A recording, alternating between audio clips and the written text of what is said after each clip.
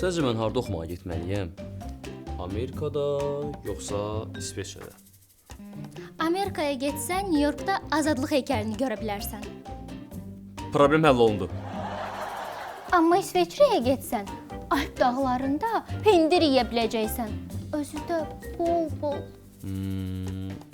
O zaman başa qaydaq. Pendiri çox sevirəm. Mənim bir planım var. İndi sənə suallar verəcəm, sən də ona uyğun cavab deyəcəksən. Və biz də gedəcəyin ölkəni təyin eləyəcəyik. Əla fikirdir. Başlayaq. Əvvəlcə rahat ol.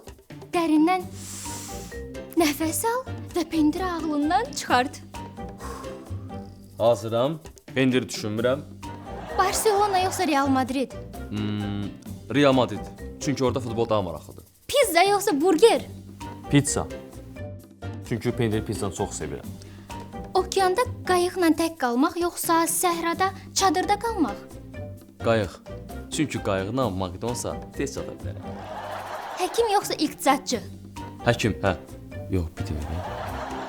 Bəs mən axı iqtisadiyyatçı olmaq istəmişdim ya. Çox fikirləşmə Fərid. İsveçrə yoxsa Amerika? Amerika. Çünki Amerikada azadlıq heykəli var və mən çoxlu pendirli pizza yeyə bilərəm. Yaxşı, Amerika olsun. Məncə bu qərar çox ləzzətlidir. Azadlıq heykəli. I am coming. Pendili pizzalar, məni gözləyin. Fərid, yəqin ki, sən zarafat eləyirsən də, düzdür? Ən yaxşısı sən Alps Akademiyaya get. Onlar sənə ingilis dilini öyrətdilər. İndi də xaricdə təhsilə kömək eləyərlər. Həm də pendirli pizza da daxildir. Alps Academy xaricdə təhsil üçün doğru seçimdir. Burada istədiyin ölkədə təhsil almağa kömək edilir. Sən də bizimlə öyrən və uğurun zirvəsinə çat.